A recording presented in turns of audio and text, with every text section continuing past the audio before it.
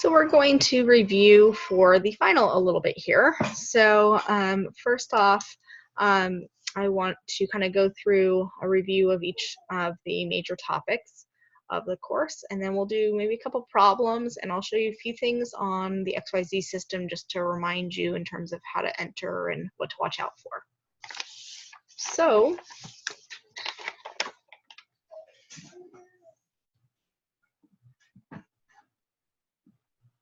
when you're creating a note card, it's a good idea to go through any prior tests or homework or even the textbook, or if you're given a study guide, go through that and make yourself a list of concepts and important aspects to that.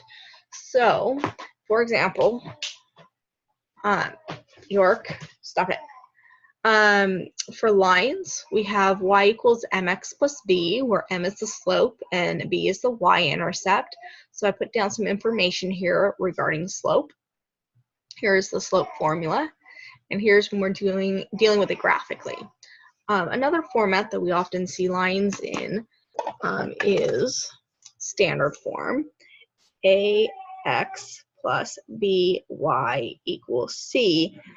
And you might have to change that into slope-intercept form in order to graph. So you'd subtract the x term, or add if it's negative, you deal with the x terms, and then you divide to get y by itself. For inequalities, that's when you see these symbols. If you see one of these and you're graphing less than or greater than, it will be a dashed because it doesn't include it, versus less than or equal to, greater than or equal to, it would have a solid boundary line. And then you have to decide what side to shade. And to do that, you can use a test point. 0, 0 is often the easiest one to work with. So I have a couple examples here regarding lines and inequalities. So let's look at number 2. If we have this, which is in standard form, we'd want to rewrite it into slope-intercept. You could use it in standard form if the intercepts are easy to calculate and are nice integers, but if we set y equal to 0, the x would be 5/3. Not as nice to work with.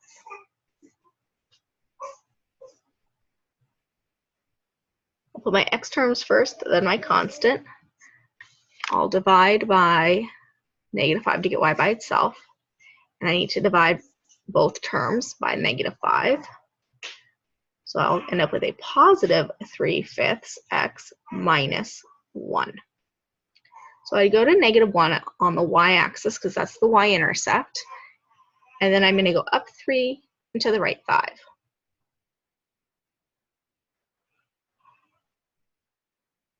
I could also go down 3 and left 5, because that's the same thing as this up here, down and left.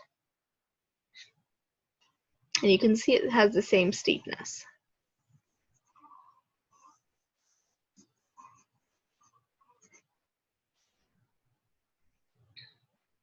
Sometimes you get lucky, it's already in the right format. This one slope would be negative, so it would be going downhill. Down 1, right 2. So I normally put the negative on the upper, the rise part, so either go up or I go down, depending if it's positive or negative, and then I always go to the right.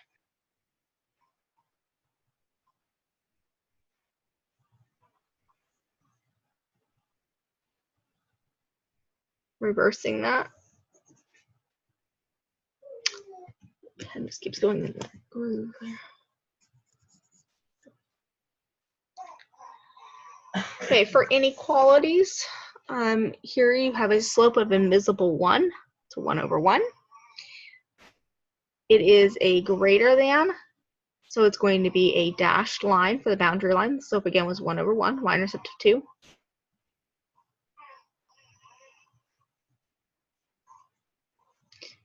Test a point such as 0, 0. So I plug in 0 for x and for y. That would result in 0 greater than 0 plus 2, which is 2. 0 greater than 2, that's not true. So this test point of 0, 0 is not a solution So we're going to have to shade the other side. If I tested anything in this region, I would have gotten a yes, which means to shade it because it's a solution. You might also have a system of equations or system of inequalities. A system of equations would be two lines intersecting, and the solution would be the point of intersection. A system of inequalities is where you have two inequalities, and you look where the shading is overlapping.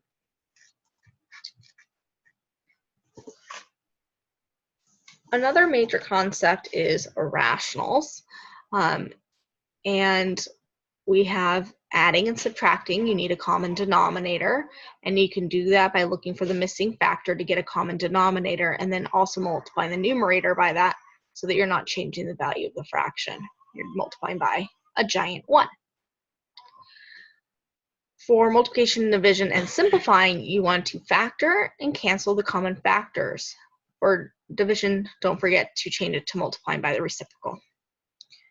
For solving equations, as well as dealing with complex fractions, you can use the LCD method. Multiply both sides by the LCD, and here multiply both the numerator and denominator fractions by the LCD.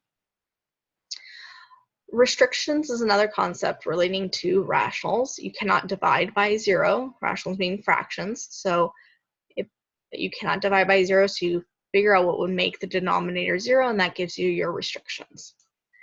To graph a rational,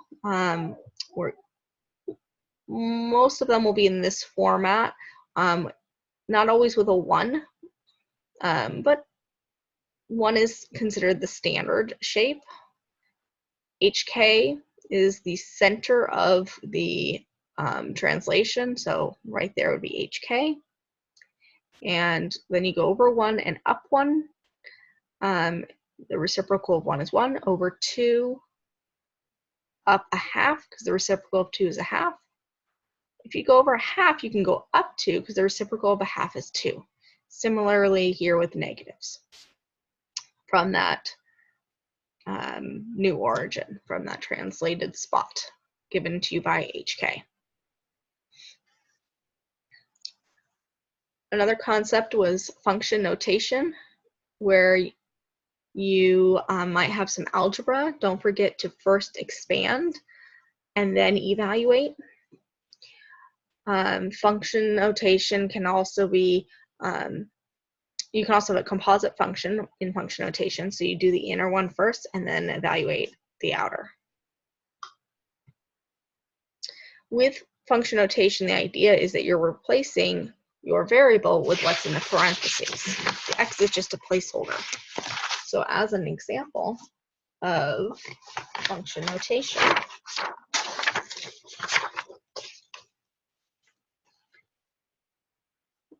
if we have this, f of n is n squared minus 1, and then we're asked to find f of negative 4, the n is now being replaced with negative 4. So f of negative 4 would be negative 4, where the n is, squared minus 1. Evaluating that would give me 15.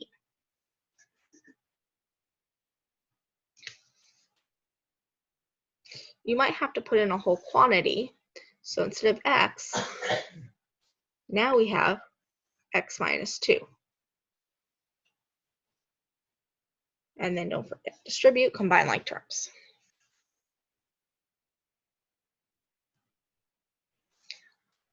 One of the common mistakes with those algebra ones is not expanding first. Sometimes people want to add these together and then multiply by 2, but that is not what it means. This means f of 2 plus g of 2.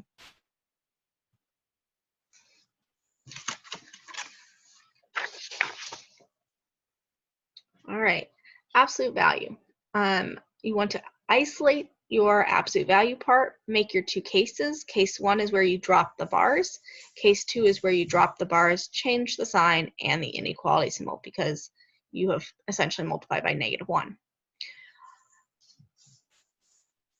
You'll want to say the relationship between your two cases.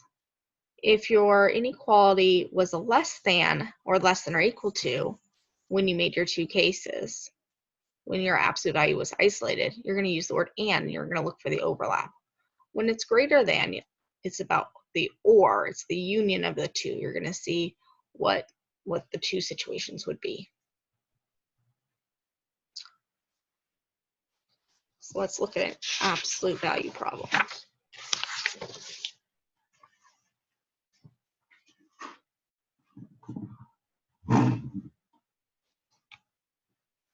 So isolate your absolute value.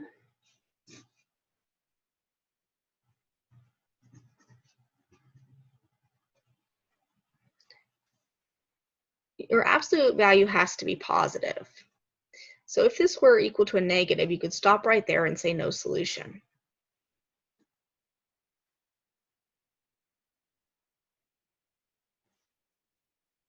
So your two cases would be just dropping the bars, and here dropping the bars and changing one side to its opposite. If you change this side to its opposite, it would be -6 plus 4n, and it would equal 22. So I typically do the side that didn't have the bars. It's normally easier. It's normally just one term rather than having to remember to change both signs. And you solve both those from there. For the inequality situation,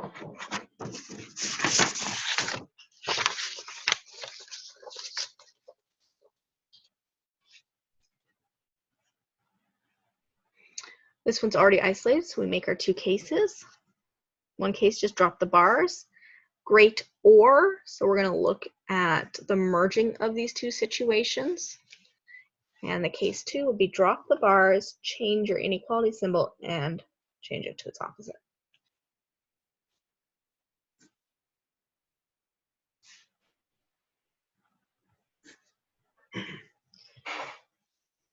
If you ever have to multiply or divide by a negative while solving inequality, just remember to switch your inequality symbols.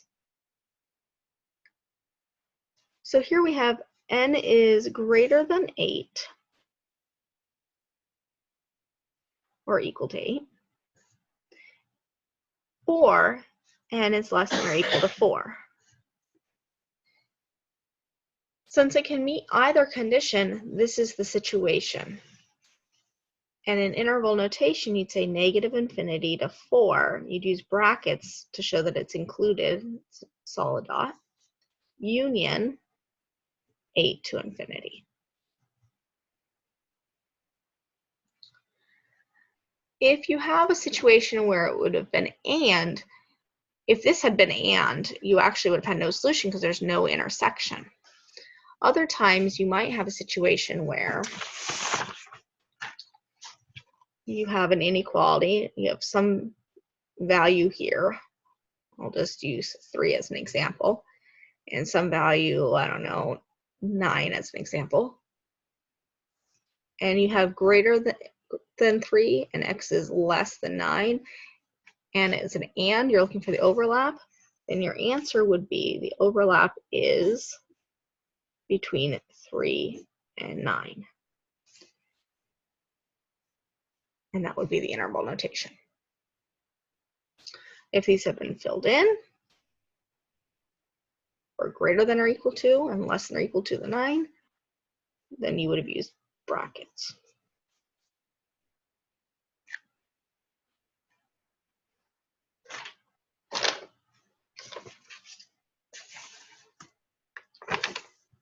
So we just reviewed interval notation a little bit there, but interval notation is also often used to describe a domain and range. Domain are your x's, range are your y's, and when you do interval notation, it's always smallest to the largest. Parentheses are used when it's not included, brackets when it is included, and it can be a combination of the two. For example, here we have an open dot, here we have a closed dot, so this one is not included, this one is, so we have parenthesis here and a bracket here. For infinity and negative infinity, it always has a parenthesis next to it because you can't actually include it. It's a concept, not a number, you can never reach it. Here's an example with domain and range for a parabola. It keeps going to the left, keeps going to the right, so negative infinity to infinity. Your domain and your range, your y's, the lowest y is 1 in this example, and then it keeps going up, so 1 to infinity. since it actually has a closed dot there, any point along here is a closed dot, it has a bracket. Another important topic is systems of equations. And we have systems of 2 as well as systems of 3. Systems of 2 is more an elementary algebra concept, and systems of 3 an intermediate algebra concept. So we're going to focus on systems of 3, and the idea is that you pair up 2 sets of 2 of the equations, but you need to do it so that you eliminate the same variable. Otherwise, it's pretty much the same as a system of 2 equations. So let's do an example.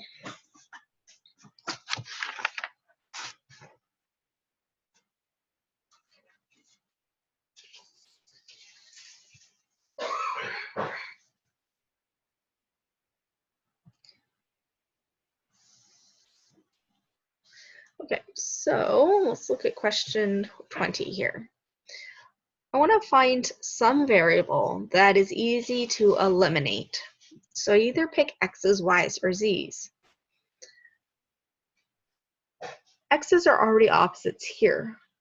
So I might choose x, and it's fairly easy to multiply this one by 4 and have those eliminate, or this one by -4 and have those eliminate as well. You could pick y and end up getting 2 and -2 and 3 and -3, or you could pick z and make one of these the opposite and have those z's cancel and multiply by 3 and have one of those cancel with this -3. And adding these together, my x's will cancel. I'll end up with -y minus 2z equals -15. And then I need to pair up another 2 to get rid of the x as well. So I'm going to just multiply this top one by -4, just because it's slightly smaller numbers than this one. So when I do that, I would have -4x minus 8y minus 4z equals -56. So now I can pair this one up, which is a different equation. It's b and then a being adjusted. So I'm pairing up b and a. Here I did a and c. And when we add these together, the x's cancel. That was the goal. I'll have -9y minus 3z equals -45. So now I've created a system of 2 equations with the same 2 unknowns. So we either need to get rid of y's or z's.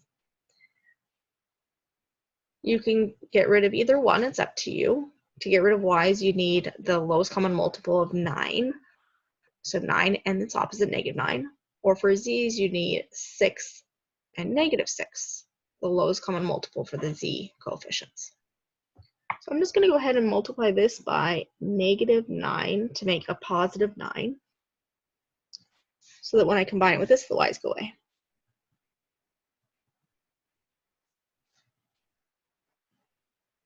Nine times 15.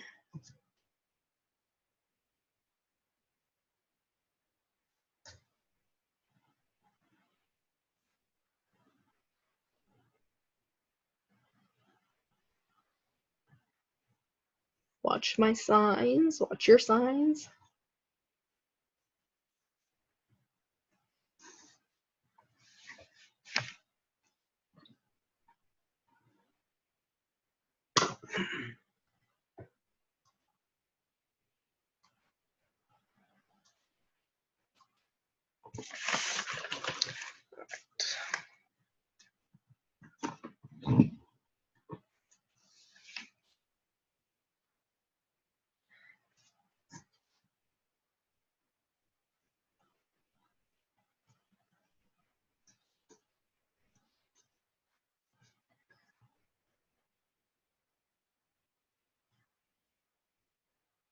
Oops, I meant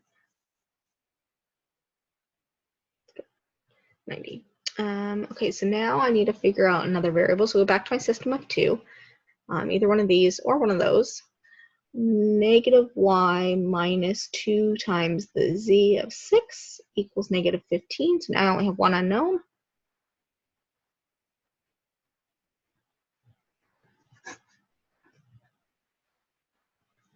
Take the opposite of both sides to get y. And then I need to go and find my x, which was the original variable that I eliminated. So I have to go back to one of my systems of 3 from the beginning. So I'll do x plus 2y, so 2 times 3 plus z, which is 6, equals 14.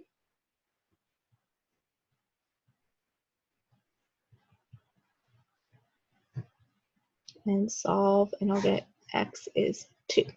So x, y, z.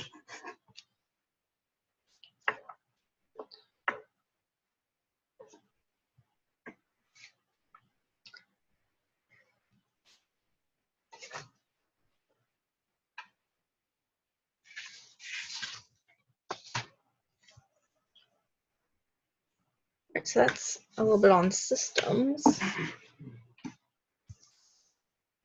How about determinants? So for a determinant, for a 2 by 2, you multiply across the diagonals, and then you do the one going from top left to bottom right minus the one from bottom left to top right. The order matters with subtraction, so bottom minus top. For 3 by 3, you would need to revise the matrix so that you put the first column again and the second column again, and then you do the products for all those diagonals, add them together, and then you do the bottom sum minus the top sum. Row echelon form, which was not included on the online Math 80 this semester, is here just for others. The diagonals should be 1, underneath should be zeros. You get ones by doing reciprocals and zeros by multiplying the row above it, making it the opposite of what you're trying to get rid of. Therefore, when you add, you'll eliminate that variable. Elimination means it's gone, meaning 0.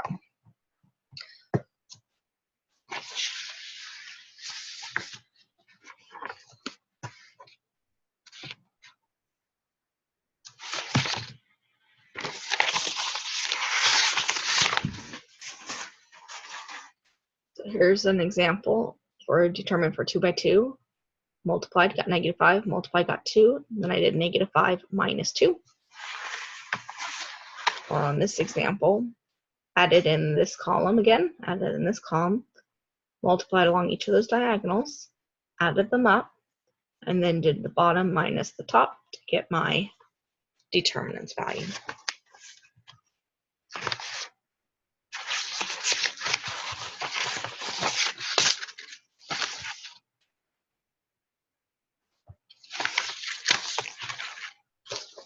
For Gaussian elimination, I write the matrix as a, I write the system as a matrix. Then I want a 1 up here, and I notice that I have 1 here, so I can just switch the 2 rows. It's equivalent to me just saying, well, it doesn't matter the order these 2 equations are in. Then I want to get a 0. So if I multiply this top row by negative 4, then these 2 will be opposites. So when I add them, I'll end up with 0. And again, I multiplied the whole row by negative 4. There's my scratch work for it. Added it to that, eliminated the x, got 7 for my coefficient of y, and got negative 35 for the constant. So I record that. And then I need to get a 1 here. So to get a 1, this is the same thing as saying 7y equals negative 35. Well, if I have 7y equals negative 35, to get y by itself, I divide by 7. So, or multiply by 1/7. And so then I get 1 and -5. And again, this last row now is just saying y is equal to -5. This top one now is saying x minus 1x, so x minus 1y, so minus y, equals 9. And now that I know what y is, I can plug it in and solve for x.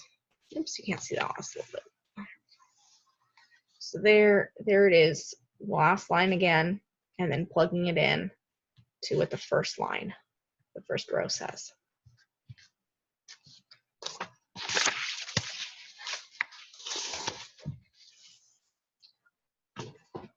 Binomial theorem is where you are trying to expand a binomial to a certain power. So instead of having to do a plus b times a plus b times a plus b many times,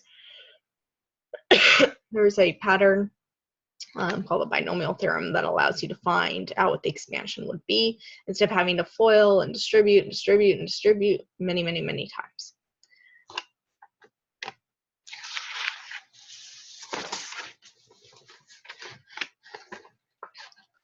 So here is an example. It would be fairly easy to just multiply this by itself 3 times, but it's also a good way of illustrating the property. So the exponent is 3. That's what's going to go here.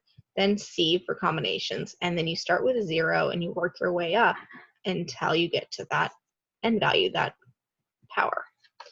You take your A, which is your first binomial, your first term of your binomial, and you raise it to the nth power, and you work your way down until you get to 0. And then you take your B, which is the second term of your binomial, and you raise it to the 0 power, and you keep adding 1 until you get to the nth power.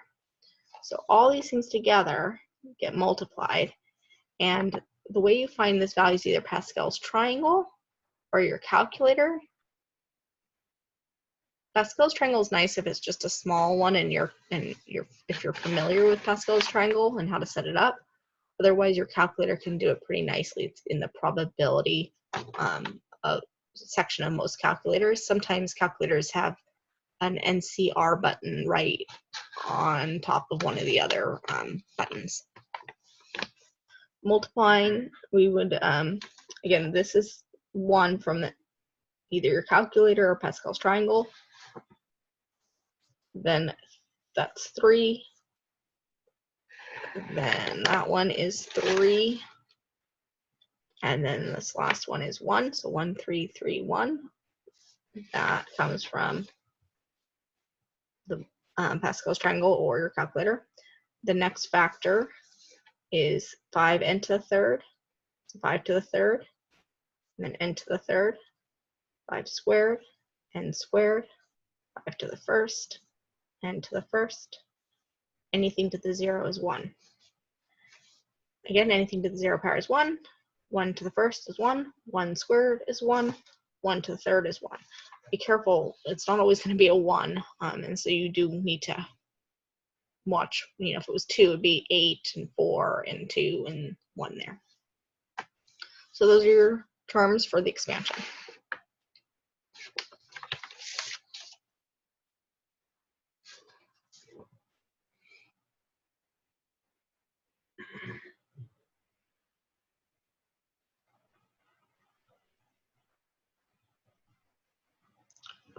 So next, we're going to do a lot with multiplying, distributing, FOILing, factoring.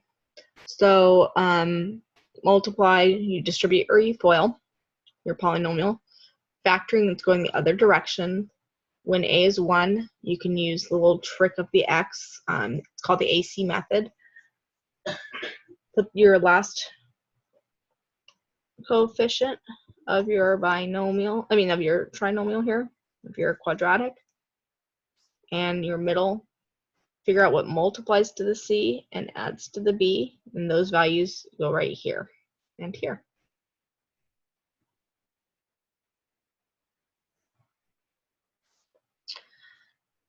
When a is not 1, you'll have to account for that by doing a times c. Same process for finding these, what multiplies to that, what adds to that. and then you're going to split up your bx. So it's going to be like ax squared plus b sub 1x plus b sub 2x plus c, where this is like b sub 1 and b sub 2. Together they make the b. And then you'll do your grouping to get it to be in factored form. You might also see difference of squares. There's an example of that where you have a squared term minus another squared term. And so you just take the square root of each of those. One has a plus, one has a minus. By being conjugates like that, the meaning middle sign is opposite each other. The middle term will cancel when you FOIL, leaving you with just a difference of squares and no bx part of your quadratic. Sum and difference of cubes. For sum of cubes, that's when you have a cube plus another cube, and when you factor that, you have to follow this formula. If it's a difference of cubes, you follow it basically the same thing, except for the signs change a little bit. So it'd be difference of cubes would have a minus for the first factor, and then the second factor would have a plus, and both of them end with a plus.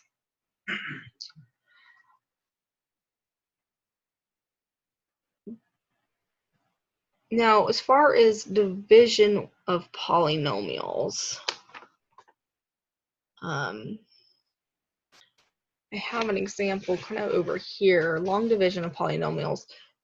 You need to make sure that when you subtract to get rid of that first term and whittle your way down to a remainder, that you distribute this negative. So sometimes people change it to adding the opposite. So you can add and then you can make it the opposite. And so then 11x minus 8x, it would be 3x. Again, it's the remainder. It goes over the divisor here.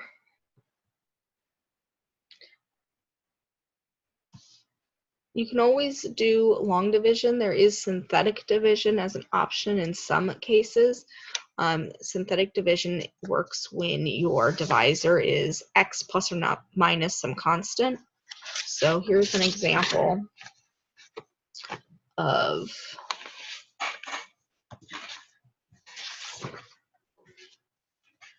using synthetic division and long division for the same problem. So coefficient 1, no x's, so put a 0 placeholder, negative 48 and then negative 10. You do the opposite of your divisor's constant.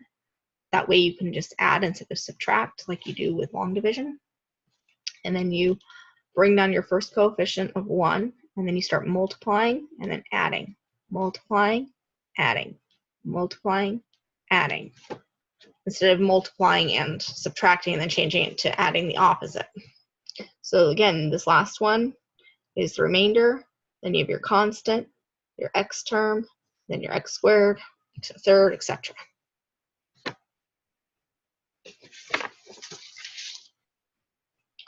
Another thing I wanted to mention in terms of factoring, make sure you always look for GCF of your factors. The GCF, the greatest common factor, for example, here is 2b, and then you're left with 3b minus 8.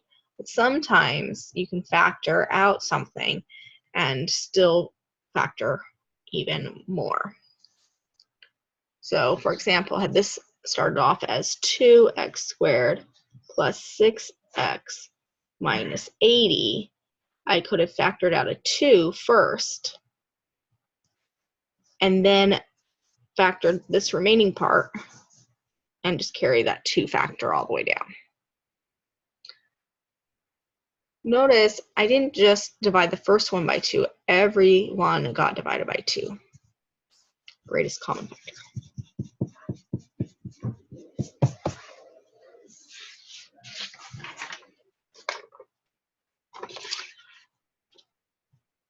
So let's talk a little bit more about quadratics. So we can factor them. We can also solve. We can solve by factoring. If you solve by factoring, you factor and then you set each of the factors to 0. Again, to solve by factoring, it needs to first equal 0. You factor and then you set each factor to 0. If it's not factorable, then you can use quadratic formula. Or if you just prefer, quadratic formula always works. Do make sure that you are doing the opposite of B. So if your B was a negative, then you would end up having a positive value there. Also remember that you are squaring your B. I'm going to just put that in parentheses to highlight the fact that if it's negative and you square it, you'll get a positive. And then it's all divided by 2a. If you want to simplify your resulting fraction, make sure you divide both terms by the same thing. All right, quadratic inequalities. So where you can factor it first once it's equal to 0, well, greater than, less than, greater than or equal to, less than or equal to 0, but make it set to 0. Factor, those become your critical points. That's why I'm using a C. And you test some number in each of the 3 regions, and you see if it meets the criteria when you plug it in for the x value. Is it meeting the criteria? Is it greater than 0, meaning positive? Is it less than 0, meaning negative? And so you'll end up either having positive, negative, positive, again by plugging in for the x and just seeing what the signs are. It's called sign analysis. You'll see if this is positive, negative, positive, or negative, positive, negative, and you pick the region that makes your statement true for your solution.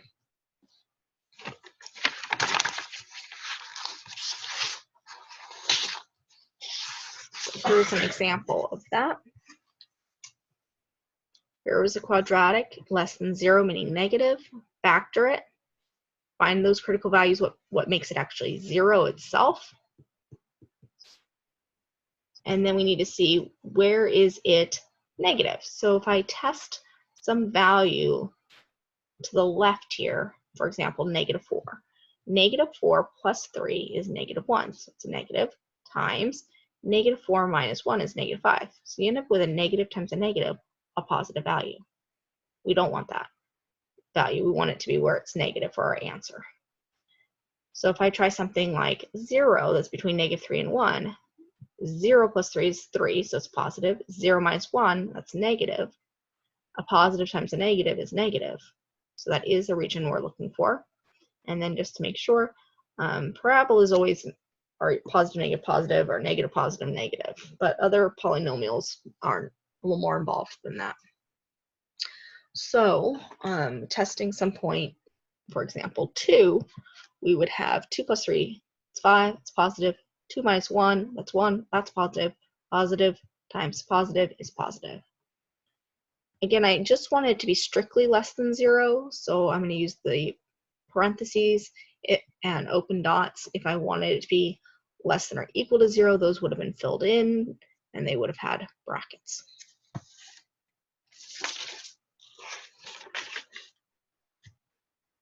Okay, more on quadratics. Quadratics in vertex form make it really convenient and easy for graphing and determining some critical components, whether the parabola's orientation is upward or downward, whether it's going to be kind of its normal shape of the parent graph when a is 1 or negative 1, or if it's going to be compressed and skinnier, or if it's going to be, stretched, skinnier, or compressed and be wider. And the vertex is HK, the opposite of what's showing here and then what's showing there, so HK. The pattern is when a is 1, it's 1, 1, because 1 squared is 1, 2, 4, 2 squared is 4, 3, 9, because 3 squared is 9, because we're squaring. When your a is more than 1, you have to, or less than 1, like when a is not 1, you need to multiply by that a, because you're multiplying the squared thing by a. So if it was 2, you'd go over 1, and instead of going up 1, you'd actually go 2. And you go over 2, instead of going 4, you'd go 8. Instead of going over 3 and going up 9, you go up 18. And if it's negative, you just open downward. Excuse me. Quadratics can also be in standard form. That's where it's in the form ax squared plus bx plus c. You know something is a quadratic and going to make the shape of a parabola and be factorable, or you can solve it using quadratic formula and those kind of things by having the greatest exponent, the highest exponent be 2. So when something is in standard form, the vertex is found by using the vertex formula. So the x-coordinate is x equals negative b over 2a, and the y-coordinate is by plugging it into your function, into your equation, in for the x's, into the x's for your equation. That will give you the corresponding y. X-intercept, regardless of what form it's in, you would set y equal to 0 and solve for x. So you'll end up with this kind of situation when it's in standard form, and you'd use quadratic formula or factor to solve it. Y-intercept is when x is 0, and when x is 0, that becomes 0, and that becomes 0. So 0 plus 0 plus c gives you c, so it's always the last term. This is very similar to lines as well. Same process. X-intercept is when y is 0, y-intercept is when x is 0, and it will also be 0 comma your last term, your constant. If it's in y equals mx plus b, it's the b.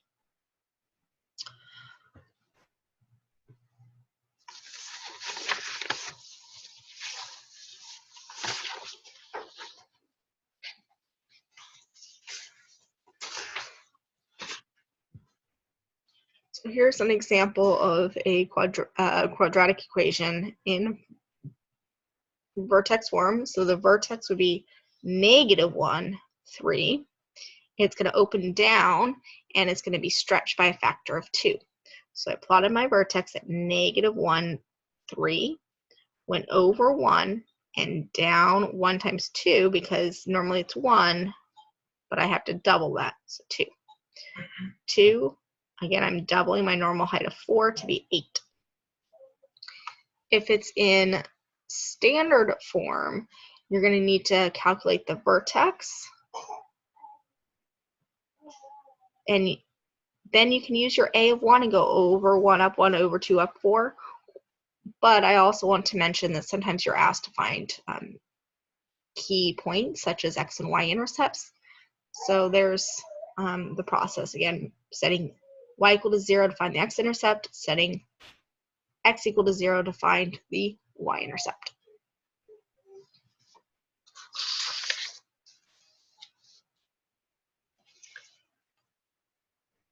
Radicals, you can convert between a fractional exponent and a radical.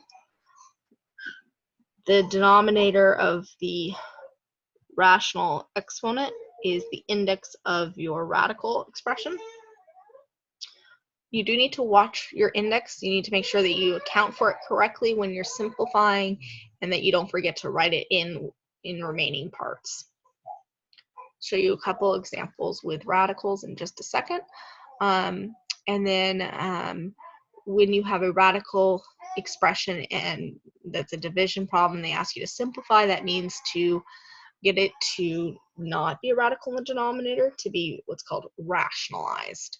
And you multiply by the denominator's conjugate. Again, that's when that middle sign changes to make it equivalent, but so that there's no more root in the denominator.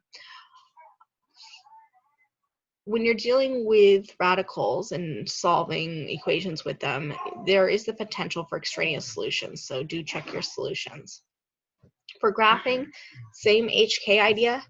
The starting point, right, key point, is the opposite of this part because it's kind of in parentheses, it's part of a quantity, and then the K is just K. There's your HK. You go over 1, the square root of 1 is 1, square root of 4 is 2. Sometimes people do it more like this. It's like a parabola on its side. That's exactly what a square root is. But it's only the top half for principal square root. If it was plus or minus, you'd see both halves of a sideways parabola. Let me show you a few things with roots.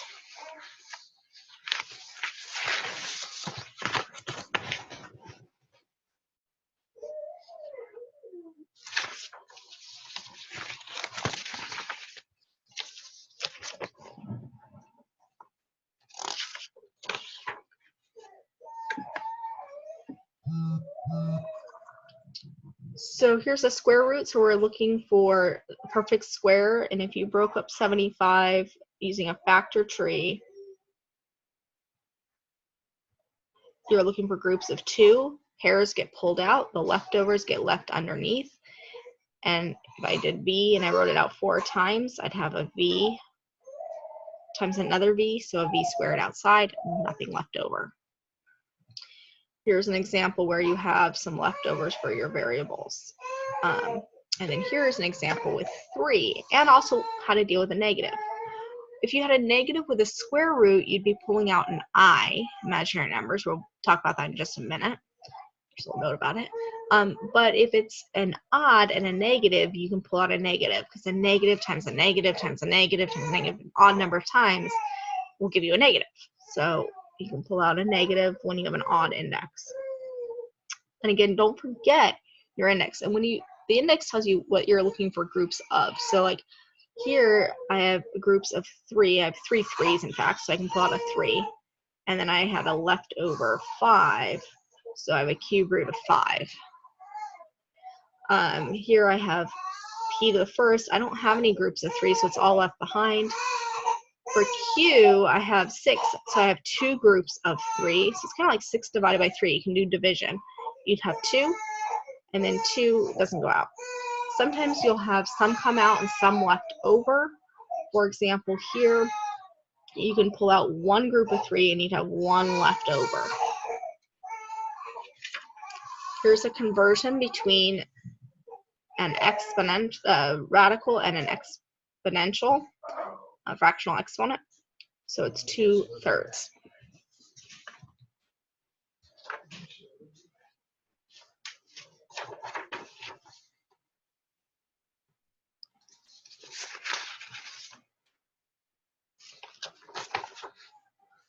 And then here is an example of a fractional exponent being converted to a radical. So it's this quantity to the 5 halves, or you can write it as to the 5 halves.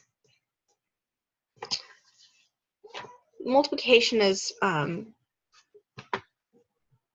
just distributive property in FOIL like you've seen before, except that your root times another root, you can multiply the 2 radicand parts together. And then you may need to simplify. And then if you have 2 of the same, like root 3 times root 3, you can either think of it as root 3 squared, which the root and the square cancel, or you can think of it as root 9, which simplifies to 3. And then I mentioned that you might have to do stuff with division, so I'm going to skip down there for a minute. So here is an example of trying to simplify this division problem by multiplying by the denominator's conjugate. You still need to FOIL. It's just that in the end, you're going to get a nice integer on the bottom, no more roots. For equations, isolate your square root part, then undo the square root by squaring both sides, solve from there, and then check your answer to make sure there's no extraneous solutions. For graphing, start at opposite same for your vertex, or not your vertex, but your starting point.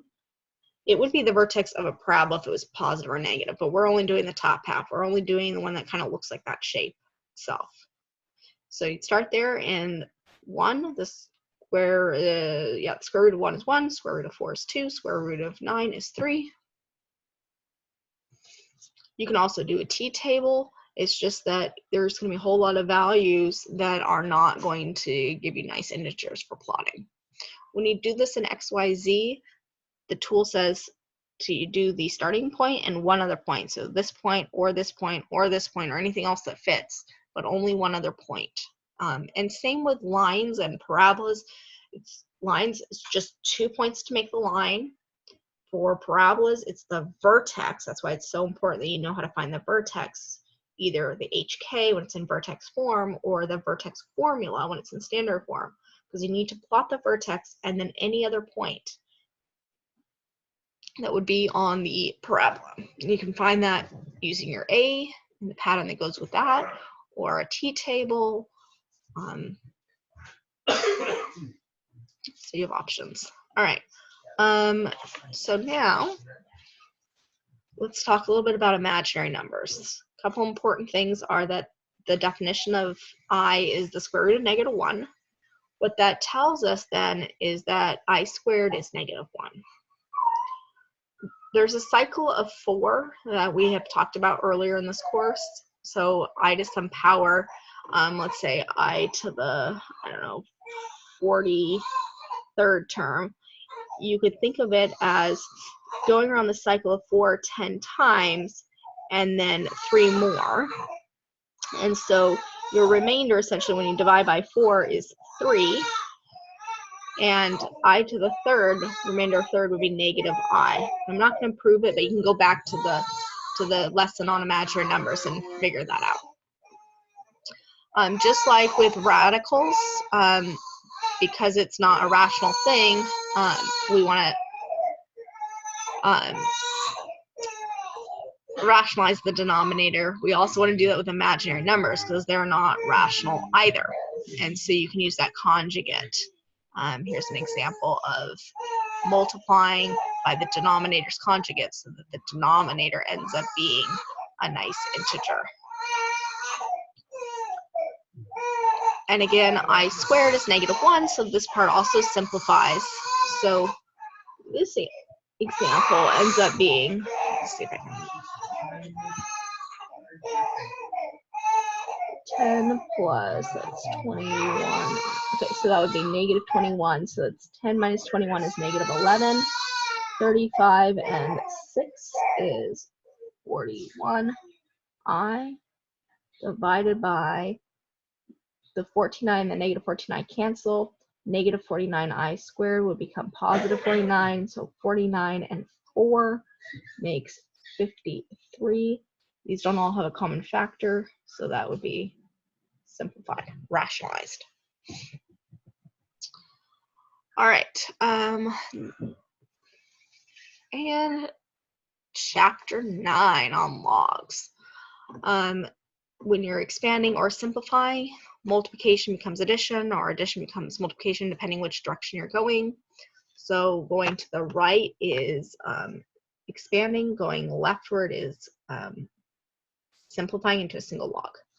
So multiplication and addition, division and subtraction, exponents and coefficients.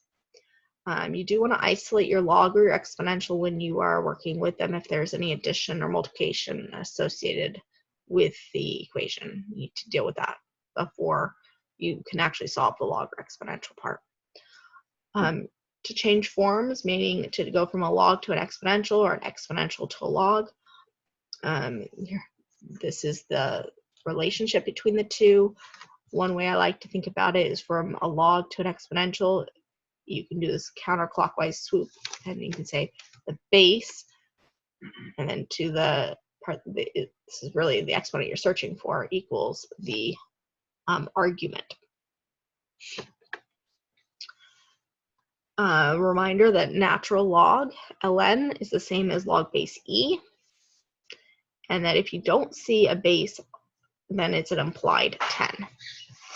Change of base formula that allows you to use your calculator, because calculators are generally, at least scientific ones, are only base 10. You only have a button for base 10, so you need to be able to convert. If it was like log base 2 of 12, then you do log 12 divided by log 2 and make sure you end your parenthesis. It'll put one here, but you need to remember to end that one, and it'll put one here. That's going to normally imply it if you're dealing with a scientific, but graphing calculators, at least 89, would need you to end that.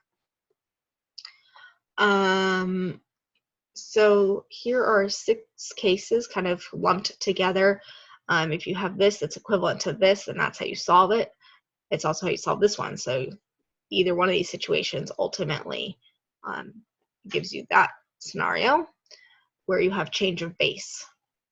So this is a very helpful example because it's got change of base formula in it. It's got how to convert between exponential and a log, or a log and an exponential. Here's a log equation, converting it to an exponential. So it's the other direction. And here's also an exponential being evaluated. And then here's the last case. If we have this, again, changing it to an exponential, how to get rid of this exponent, or here, how to find the base. And then here's some extra examples, just for the same concepts. It's just sometimes ln and e trip people up on how to deal with it. So when you have e to the x equals 7, that's the same thing as e to the x is 7. So it's ln, because it's log base e. And then your calculator has a button for ln, so you just type in ln 7 equals. Here we have ln of what is 5, so we convert it to an exponential. E is the invisible base for ln.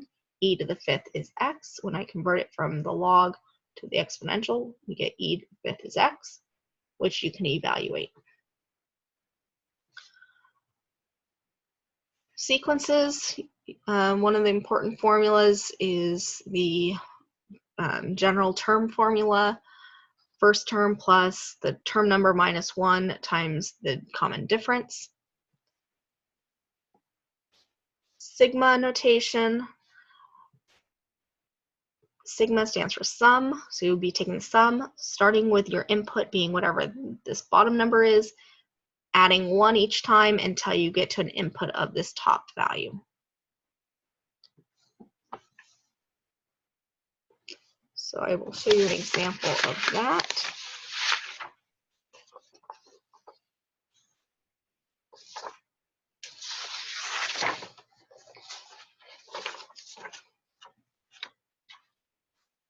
So I plug in 1, then 2, then 3, then 4, and I stop when I get to the I being 4. Started with it being 1, increased until I got to 4. 1, 2, 3, 4, and then found the sum of that. Here I'd start at 2 and end at 4, so it would be 2 squared, then 3 squared, then 4 squared. Another topic that hasn't been tested yet is circles. Here is the general form for a circle. So H and K shown up again. They're both in parentheses, so opposite and opposite to get the center of your circle. And then it equals your radius squared. So make sure that if you are given the equation and you are asked for the radius you're trying to graph, that you take the square root. If you're given the radius and you're asked to write the equation, that you remember to then square it.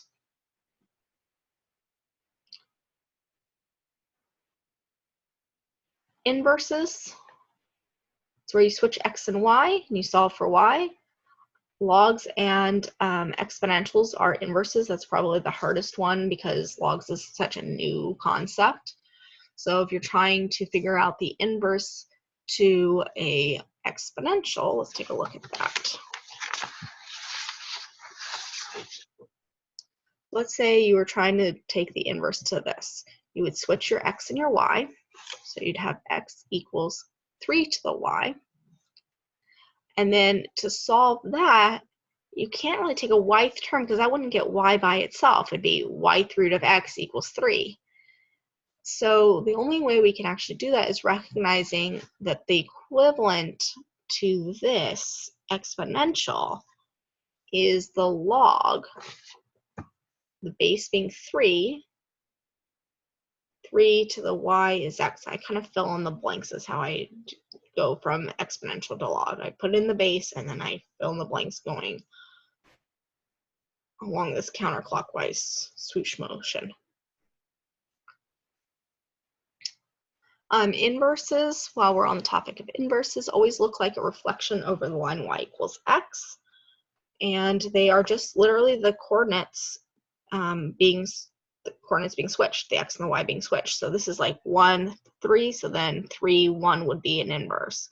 This is 2, 9, so then 9, 2 would be on the inverse. This one's kind of interesting with domain and range, a little bit trickier maybe. the original one here has a domain of, it's going to keep going. I can keep putting in smaller x values, and I can keep putting in bigger x values. So it goes from negative infinity to infinity for the domain. But the range, as you put in smaller and smaller and smaller x values, your fraction gets smaller and smaller and smaller and smaller. But it's a fraction still. It's never going to actually get to 0, and definitely not to a negative. But it's going to get closer to 0. So we show that by saying it's going to get closer to 0. Just never touch it by using a parenthesis. So it's from 0, but excluding it, and higher. And to graph exponentials, I recommend a t-table, because it doesn't really have an h and a k, at least not this type. Technically, the h and the k is 0, 0. So you'd be plotting that, and then this goes through 0, 1 anyways. It's just not as obvious without having a few more points from a t-table how to graph it. So just a reminder again about exponentials, use a t-table, and maybe I'll even add in here, domain is negative infinity to infinity, and the range would be 0 to infinity. I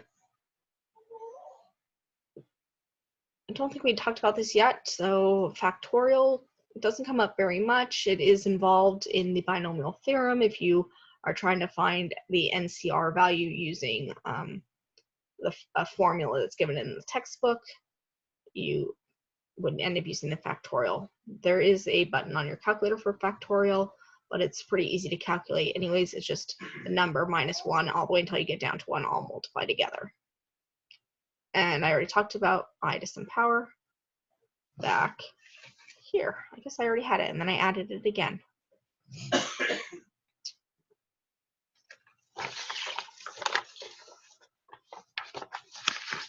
So just a couple things I just wanted to show, a few more examples of logs.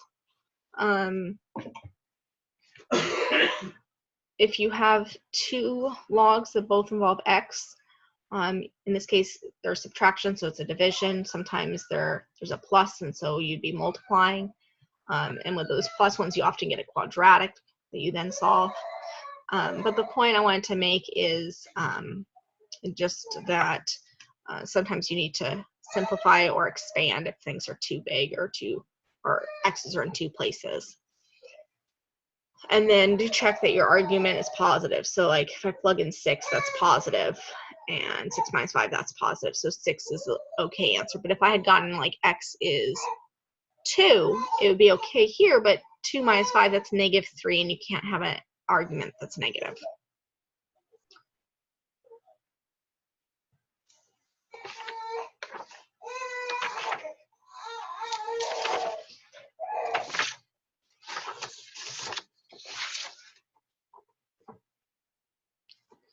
Here's another one, making sure that some students do this. They just go, oh, I can take an ln of 3 equals x, but you cannot just switch the sides. So you do need to change formats in order to be able to type something in your calculator and get an answer. And this example is dealing with e,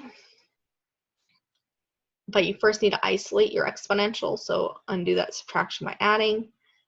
And then this is the same as a log base e, so e to the n is 56.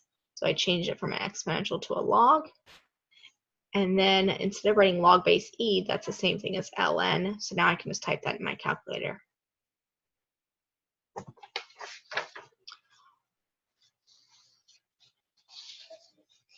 All right, and then one other concept I want to show a few more examples of is dealing with the rational expressions.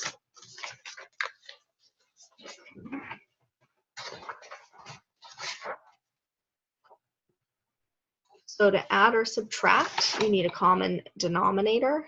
So I look here and go, oh, I need an x plus 3. So I need to multiply this by a giant 1 so I don't change the value. And this side by x plus 5 over x plus 5. So now they have the same denominator. I can now add my numerators. Notice I did distribute this so that I have it in standard form so I can combine like terms. And I kept the denominator in factored form because I want to ultimately see if there's any more like canceling that could happen with it. So I want it in factored form.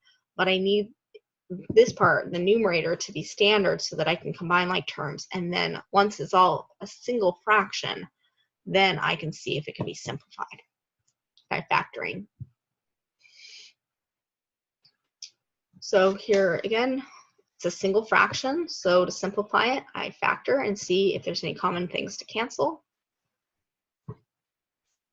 Restrictions or excluded values are at any point what would make the denominator 0. So having an n be 0, because 3 times 0 times -3 would be 0, or having an n of 3, because 0 times 3 times 3 would still be 0.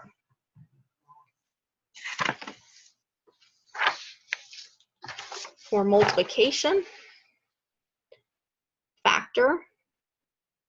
The a is 1, so those are the easier cases. This is not crossed off. Look at all the denominators to get your restrictions. For division, make sure you multiply by the reciprocal. And even though this is a numerator, when we change it to multiplying by the reciprocal, it becomes a denominator. So you would look in 3 places for the division for your restrictions. And then here are some examples of, and I'll focus on this one, examples of solving a rational expression equation, or equation involving rational expressions. You can multiply by the lowest common denominator, so finding the common denominator here being n plus 5 times n minus 1. If you multiply that to each of these, then you will end up with a expression that doesn't have denominators anymore, no more fractions.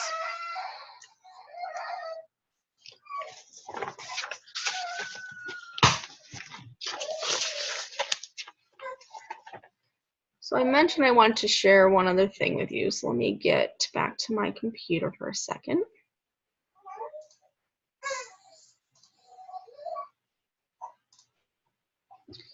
So just a reminder on here that when you go to graph, you'd start at -5 and you go, oops, I need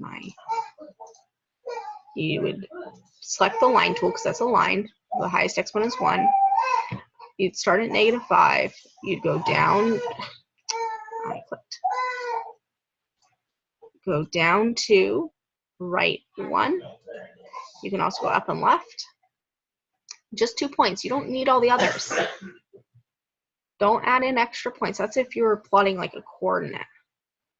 And these are for circles, absolute value, graphing, and parabolas. Notice parabolas need the vertex and one other point. A couple others I wanted to mention. Which one is this? 27, 22.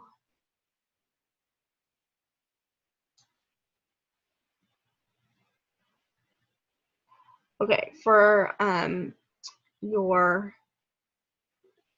inequalities, if you multiply or divide by a negative, which you will do here, you will switch to the inequality sign. This one is got an equal to, so it would be using the solid dot wherever the value is. I'm not going to answer it specifically. Click down and then go. In this case, it'll end up being going to the left because you'll switch that. Go until you see an arrow and then let go. Don't go over multiple times. Don't leave a gap. Pick either open or closed dot and make sure you get your arrow. One nice swoop. And then here you'd want to make sure to isolate, make your 2 cases. When you make your second case, change it to greater than or equal to -7. And you would be dealing with the AND case, so you're going to look for the overlap. So you're going to have a scratch work graph where you have whatever your values are that you find. It's going to go like this. It's going to go like, oops, like this. And you're going to look for where it overlaps. And so you're going to have it between two values. So the way you do that is you plot your two values. Again, these are not the answers. I'm just making a generalization here. And you go between. One fell swoop. Don't go over multiple times. Don't leave any gaps.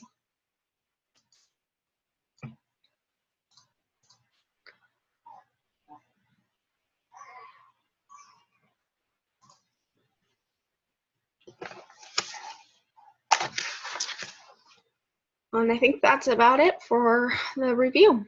Hope that helps.